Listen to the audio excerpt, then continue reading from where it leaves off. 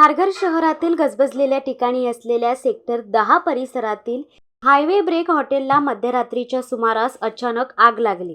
रात्रीच्या सुमारास सर्व कामे आटपून कामगार हॉटेल बंद करून घरी गेले होते। मात्र मध्यरात्रीच्या सुमारास हॉटेलला अचानक आग लागल्याने एकच हाहाकार उडाला।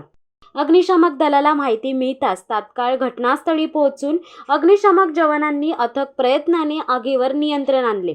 सुदैवाने आगीत कोणतीही जीवितहानी झाली नसून हॉटेलचे मोठे नुकसान झाले आहे।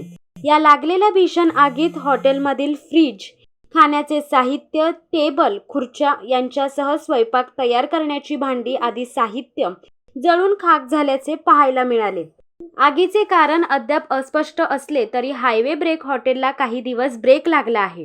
हॉटेलमधील मालासह 25 ते 30 लाख रुपयांच्या साहित्याचे नुकसान झाल्याची माहिती आहे।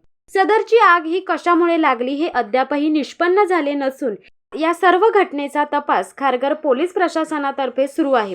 दरम्यान हॉटेलचे फायर ऑडिट झाले होते का, अशी ही चर्चा सध्या जोरात आहे। शिवसत्ता टाइम्ससाठी दीपक कांबळे, खारघर।